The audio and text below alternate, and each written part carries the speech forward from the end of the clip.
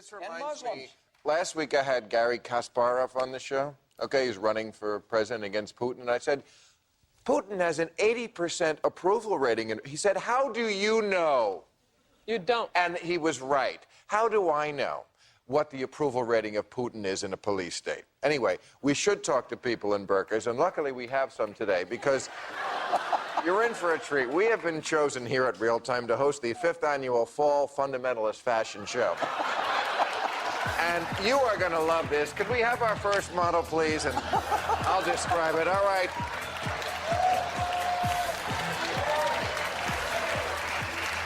Sleek and stylish in this wool blend, Najiba is hot, hot, hot.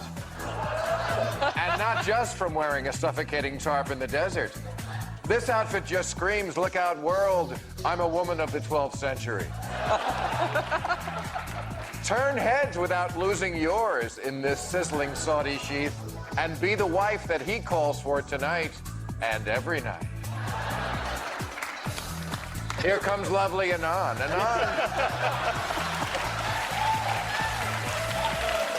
Anan is wearing a daring French cut with a plunging eye slit.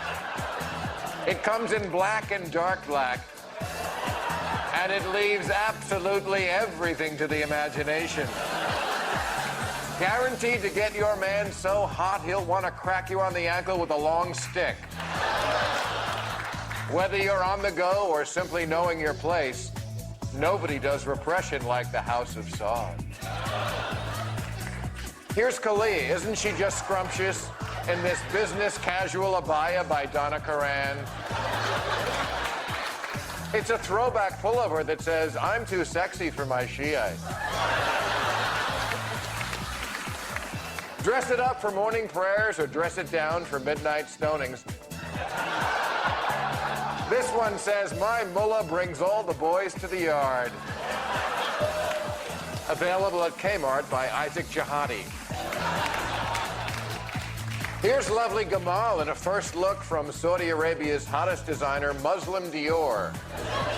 He used to be Christian Dior, but he converted.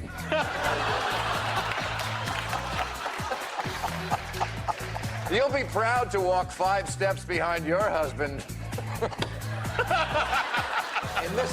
in this ensemble that screams Islamo-fashion. By the way, Gamal is the winner of Saudi Arabia's Next Top Model, and I think you can see why. And finally, here's something a little different, a coquettish outfit that showcases the girl inside the woman inside the stifling female containment unit.